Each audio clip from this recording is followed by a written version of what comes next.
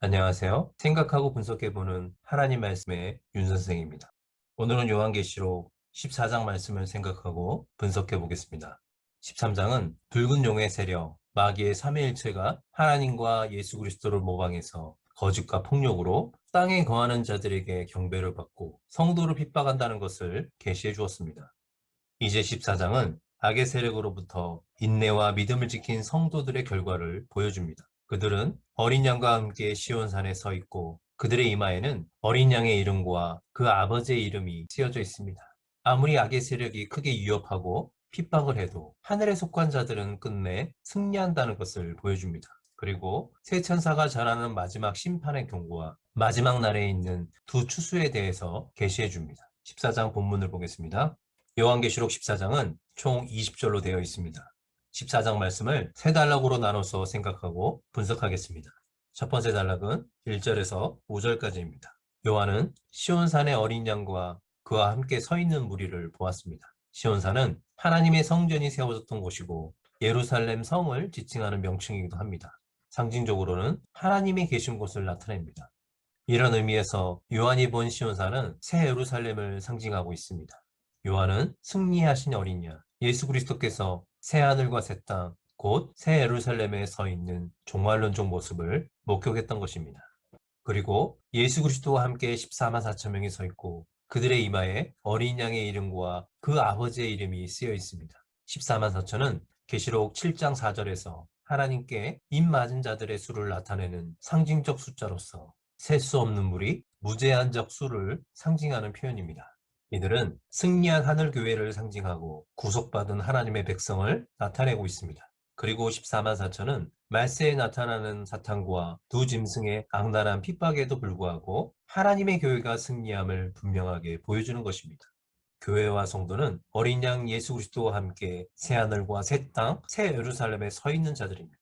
어린 양의 이름과 하나님의 이름을 받은 14만 4천과 짐승의 표를 받고 그에게 경배하는 땅에 거하는 자들의 운명은 완전히 상반되게 갈라집니다.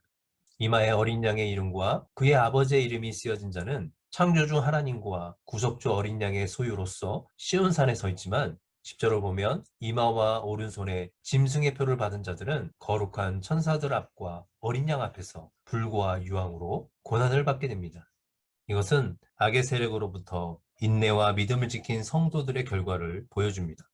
그때 요한은 하늘에서 나는 소리를 듣습니다. 그 소리는 찬양 소리입니다. 그런데 요한은 그 찬양의 소리를 많은 물소리 같고 큰 내성과도 같다고 합니다. 이런 소리는 묵시적 환상을 나타내는데 자주 등장하는 표현입니다. 많은 물소리와 큰 내성은 계시록에서 예수 그리스도를 묘사할 때 나타났습니다. 계시록 1장 15절에서 예수 그리스도의 음성으로 나타났고 계시록 6장 1절에서는 어린 양이 7인을 떼실 때 네 생물 중에 하나가 말하는 것으로 묘사했습니다. 뿐만 아니라 계시록 19장 6절에서는 어린 양의 혼인잔치를 축하하는 찬양을 묘사할 때 많은 물소리와 큰 뇌성이 동시에 언급되었습니다. 그리고 요한은 검은 고 타는 자들이 그 검은 고를 타는 것 같다고 비유합니다. 그러므로 이 소리들은 천상의 찬양 소리로서 하모니를 갖춰 부르는 아름다운 찬양이라는 것을 알 수 있습니다. 그래서 이 찬양을 14만 4천밖에 배울 수 없는 새 노래라고 말합니다. 왜 14만 4천밖에 이 노래를 배울 수 없는지 분명한 설명은 없지만 그들이 땅에서 구속함을 받은 자들이라고 말함으로써 그 자격이 구속의 유무에 달려있음을 분명하게 제시하고 있습니다. 사단을 상징하는 붉은 용과 적그리스도와 거짓 선지자를 상징하는 두 짐승의 집요한 핍박에도 불구하고 땅에서 구속함을 받은 자들, 곧 교회는 결국 승리하여 하나님의 구원을 노래하는 새 노래 합창단이 되는 것입니다. 4절과 5절은 14만 4천의 특징에 대해서 말씀해 주고 있습니다. 그들은 여자로 더불어 더럽히지 않는 순결한 자일 뿐만 아니라 어린 양이 어디로 인도하든지 따라가는 자입니다. 그런데 4절 말씀을 문자적으로 그대로 이해한다면 어린 양과 더불어 시온산에 서 있는 14만 4천은 모두 남자들이 됩니다. 그러나 하늘에 승리한 교회를 상징하는 14만 4천이 남자만이라고 볼 수는 없습니다.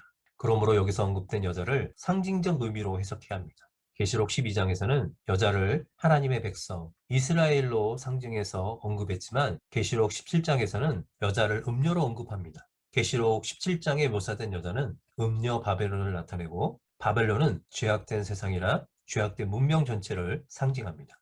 그러므로 여기서 언급된 여자는 음녀 바벨론에 대한 상징으로 보는 것이 타당합니다.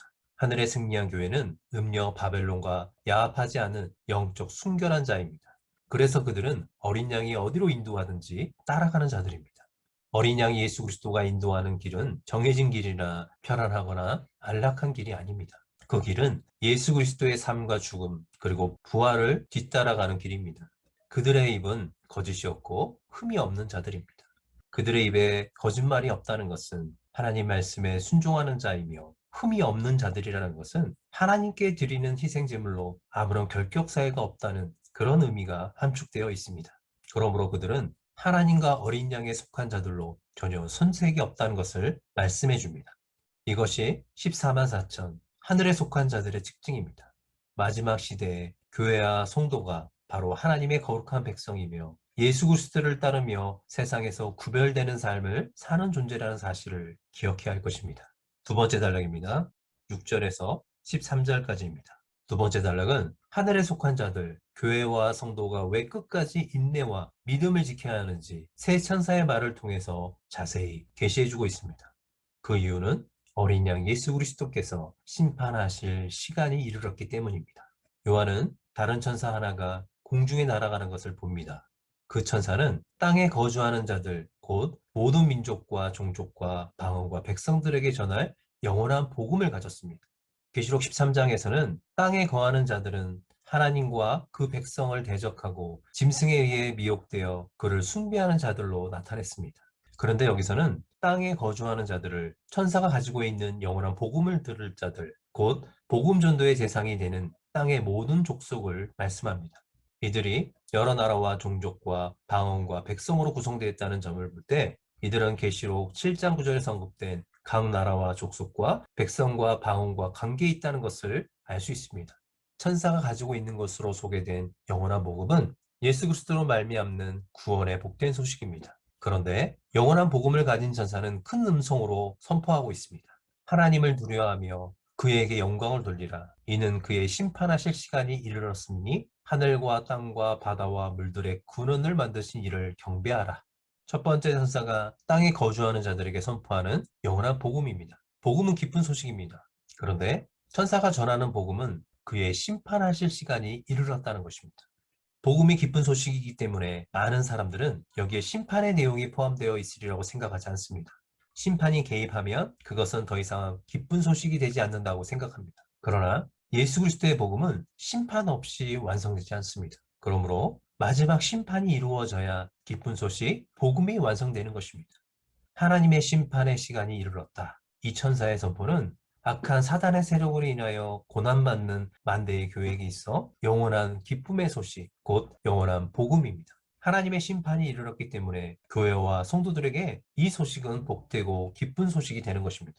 그리고 심판을 받게 될 자에게도 회개를 촉구하는 말씀이기 때문에 그들에게도 기쁜 소식이 되는 것입니다. 이제 다른 천사, 곧 둘째 천사가 첫째 천사 뒤를 이어 선포합니다. 무너졌도다, 무너졌도다. 큰 성 바벨론이여, 모든 나라를 음행으로 인하여 진노의 포도주를 먹이던 자로다. 둘째 천사의 선포는 첫째 천사의 말과 긴밀한 연관이 있습니다. 첫째 천사가 임박한 하나님의 심판의 시간에 대해 말한 것을 둘째 천사가 다른 방식으로 심판의 시간을 고지하고 있는 것입니다. 둘째 천사는 심판의 시간을 바벨론의 멸망과 연관시켜 말씀합니다. 바벨론은 자신의 힘으로 하나님의 나라와 백성을 핍박하고 세상의 많은 민족을 굴복시킨 나라입니다. 바벨론은 하나님을 대적하는 나라, 마지막 시대에 나타나는 악의 총체를 상징합니다. 계시록 17장 5절에서 바벨론을 땅의 음녀들과 가증한 것들의 어미라고 말씀하고 18장에서 이 음녀에게 내려지는 심판과 멸망을 보여주었습니다. 그리고 이어서 19장에서 어린 양의 마지막의 심판과 어린 양의 신부가 준비되고 새하늘과 새 땅이 열립니다. 이런 것을 볼 때 두 번째 천사가 선포하는 것은 바벨론의 멸망을 선포하면서 하나님의 심판의 시간이 다가왔음을 알리고 있는 것입니다. 이제 세 번째 천사가 선포합니다. 그런데 이 세 번째 천사의 선포 내용도 둘째 천사가 말한 것과 긴밀한 연관이 있습니다. 둘째 천사가 하나님의 심판의 시간에 대해 말한 것을 다른 방식으로 심판의 시간을 고지하고 있는 것입니다. 짐승과 그의 우상에게 종교적인 예배를 표하는 것과 일시적인 생존을 위해 이마에나 손에 짐승의 표를 받는 행위는 음녀와 야합하는 행위로서 그것은 곧 영적 순결을 지키지 못한 것으로서 그들에게는 어린 양과 더불어 시온산에 서 있는 영광이 결코 주어지지 않는다는 것입니다. 그들은 하나님의 진노의 포도주를 마셔야 한다고 선포하고 있습니다. 이것은 최후의 심판으로서 하나님의 심판의 시간이 다가왔음을 알리고 있는 것입니다. 짐승을 경배하고 표를 받는 자들은 거룩한 천사들 앞과 어린 양 앞에서 불과 유황으로 고난을 받고 그 누구도 밤낮 쉼을 얻지 못한다는 것을 말씀해 줍니다. 이 시간이 곧 다가오므로 마지막 시대에는 성도에게 인내와 믿음이 있어야 함을 계시해 줍니다. 이제 하늘에서부터 울려퍼진 음성을 소개함으로써 새 천사가 전하는 말을 매듭짓습니다. 하늘의 음성이 나서 요한에게 기록하라고 합니다. 이 음성의 출처가 하늘이고 하늘은 하나님의 권위를 상징합니다. 하늘의 음성이 기록하라 명한 것은 지금 이후로 주 안에서 죽는 자들은 복이 있도다라는 내용입니다. 그리고 이 말씀을 성령께서 확증해 주십니다. 그들이 수고를 그치고 쉬리니 순교로서 하나님의 계명과 예수 그리스도에 대한 믿음을 지킨 자들은 영원한 안식에 들어가기 때문에 복되다고 성령께서 확증해 주십니다. 이 시간이 곧 다가오므로 순교를 각오한 인내와 믿음이 있어야 함을 선포합니다. 핍박과 환난 상황에서 인내는 믿음의 다른 이름입니다. 짐승과 그의 우상에게 경배하고 그 이름의 표를 받는 행위에 대해서 단호하게 맞서야 하기 때문에 여기서 요청되는 인내와 믿음은 순교의 정신입니다. 이것이 바로 하나님의 계명과 예수 그리스도를 향한 믿음을 지키는 것입니다. 이것이 바로 하늘에 속한 자들의 모습입니다. 마지막 세 번째 단락입니다. 14절에서 20절까지입니다. 세 번째 단락은 그리스도와 천사에 의한 마지막 두 추수에 대해서 계시합니다. 먼저 예수 그리스도에 의한 곡식의 추수입니다. 요한은 하늘에 흰 구름이 있고 구름 위에 인자 같은 이, 사람의 아들 같은 이가 앉아있는 모습을 목격합니다. 계시록 1장 13절에서 승리하신 예수 그리스도의 모습을 소개하면서 촛대 사이에 인자 같은 이가 발에 끌리는 옷을 입고 가슴에 금띠를 띠고 있었다라고 묘사했습니다. 인자 같은 이, 사람의 아들 같은 이는 바로 예수 그리스도를 말씀합니다. 머리에는 금면류관이 있습니다. 금면류관은 통치와 왕권, 그리고 승리의 개념이 함축되어 있습니다. 이 모습은 종말의 심판주로 재림하실 예수 그리스도의 면모를 더욱 선명하게 부각시킨 것입니다. 그리고 손에는 예리한 낫을 가지고 계십니다. 예수 그리스도께서 소유하고 계신 낫은 날이 선 매우 날카로운 것입니다. 이 모습은 예수 그리스도께서 수행하시는 최후의 심판이 얼마나 신속하고 엄정하게 이루어질 것인지를 나타내는 것입니다. 여기서 추수는 종말의 심판을 상징적으로 묘사한 것입니다. 그때 또 다른 천사가 성전에서 나와 예수 그리스도에게 명합니다. 당신의 낫을 휘둘러 거두소서. 땅의 곡식이 다 익어 거둘 때가 이르렀습니다. 이 천사는 성전에서 나왔습니다. 성전은 하나님의 임재를 상징하는 거룩한 장소로서 이 명령이 하나님으로부터 온 것임을 나타냅니다. 천사는 예수 그리스도를 향하여 낫을 휘둘러 거두어야 하는 이유를 분명하게 말합니다. 땅의 곡식이 다 익어 거둘 때가 이르렀습니다. 이것은 알곡으로 비유되는 성도들이 천국 창고에 들을 완전한 시간이 되었음을 나타냅니다. 구름 위에 앉으신 이가 낫을 땅에 휘둘매 땅의 곡식이 거두어지니라. 이것은 승리하신 예수 그리스도께서 구속주로서 추수하기 시작했음을 단적으로 보여줍니다. 곡식 추수는 하나님의 백성을 불러 모으는 예수 그리스도의 종말론적 구원 사역을 상징적으로 묘사되었고 이제 악한 세력을 심판하는 예수 그리스도의 종말론적 심판의 의미로서 포도 추수가 이루어집니다. 또 다른 천사가 하늘에 있는 성전에서 나오는데 역시 예리한 낫을 가졌습니다. 이 천사 역시 성전에서 나왔습니다. 그리고 그도 예리한 낫을 가지고 있습니다. 이런 모습은 하나님에 의해서 곧 추수가 시작될 것을 암시합니다. 그때 불을 다스리는 천사가 제단으로부터 나와 예리한 낫을 가진 천사를 향하여 예리한 낫을 휘둘러 땅의 포도송이를 거두라. 그 포도가 익었다고 합니다. 불을 다스리는 천사는 계시록 8장에서 향로를 가지고 단 위에 불을 담아 땅에 솟는 천사와 같은 존재이고 불은 하나님의 심판을 상징하는 것으로 이번 추수가 하나님의 심판이라는 것을 나타냅니다. 그런데 불을 다스리는 천사가 제단으로부터 나왔다는 것은 이 종말론적 심판은 순교자들과 성도들의 기도와 밀접한 관계가 있다는 것을 나타냅니다. 그러므로 이번 추수는 악한 세력에 대한 하나님의 심판이라는 것을 알 수 있습니다. 예리한 낫을 든 천사는 그 낫을 땅에 휘둘러 땅에 포도를 추수해서 하나님의 진노의 큰 포도주 틀에 던졌습니다. 10절에서 하나님의 진노의 포도주를 마시리니, 이 말씀으로 비추어 볼 때 포도의 주스는 짐승과 그 우상에 경배하고 이마나 손에 표를 받은 자들, 곧 땅에 거하는 악한 세력에 대한 하나님의 종말론적 심판이라는 것을 알 수 있습니다. 그리고 그 포도주의 틀은 성 밖에서 밟힌다고 말씀합니다. 성 밖에서. 계시록 21장에서는 어린 양의 피로써 구원받은 자들이 새 예루살렘 성 안으로 들어간다는 말씀과 대조됩니다. 이것은 구원받은 자들이 새 예루살렘 성 안으로 들어가는 반면, 악한 세력들은 새 예루살렘 밖에서 형벌을 받는다는 것을 나타냅니다. 성 밖에서. 그 포도주의 틀이 누구에 의해 밟힐 것인지 분명하게 드러나지 않습니다. 그러나 계시록 19장 15절에서 16절은 만왕의 왕, 만주의 주, 바로 예수 그리스도라고 언급합니다.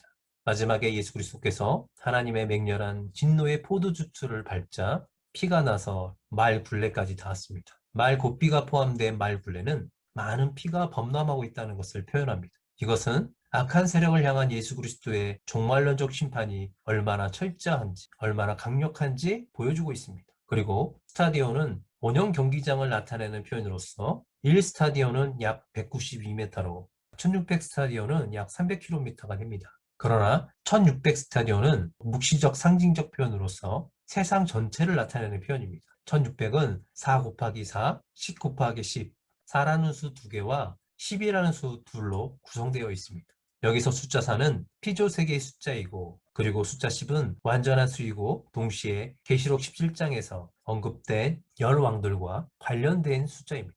이것은 예수 그리스도의 종말론적 심판이 국지적 심판이 아니라 온 우주를 포함하는 세상 모든 곳을 향한 하나님의 심판이라는 것을 나타냅니다. 여기까지 계시록 14장 말씀이었습니다. 계시록 14장은 그리스도인의 정체성이 무엇인지 계시해 주고, 그리고 세상 마지막 날에 있을 두 추수에 대해서 계시해 주었습니다. 그리스도인은 하늘에 속한 자로서 곡식 추수에 해당하는 자들입니다.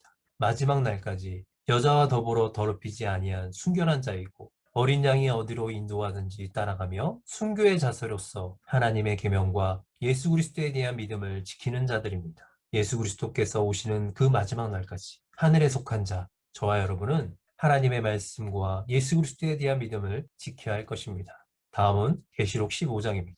15장은 끝까지 믿음을 지킨 자들의 승리의 노래와 땅에 거하는 자들에게 임하는 세 번째와 마지막 7대접의 재앙이 시작될 것을 계시해 줍니다. 다음 시간에 15장을 생각하고 분석하겠습니다.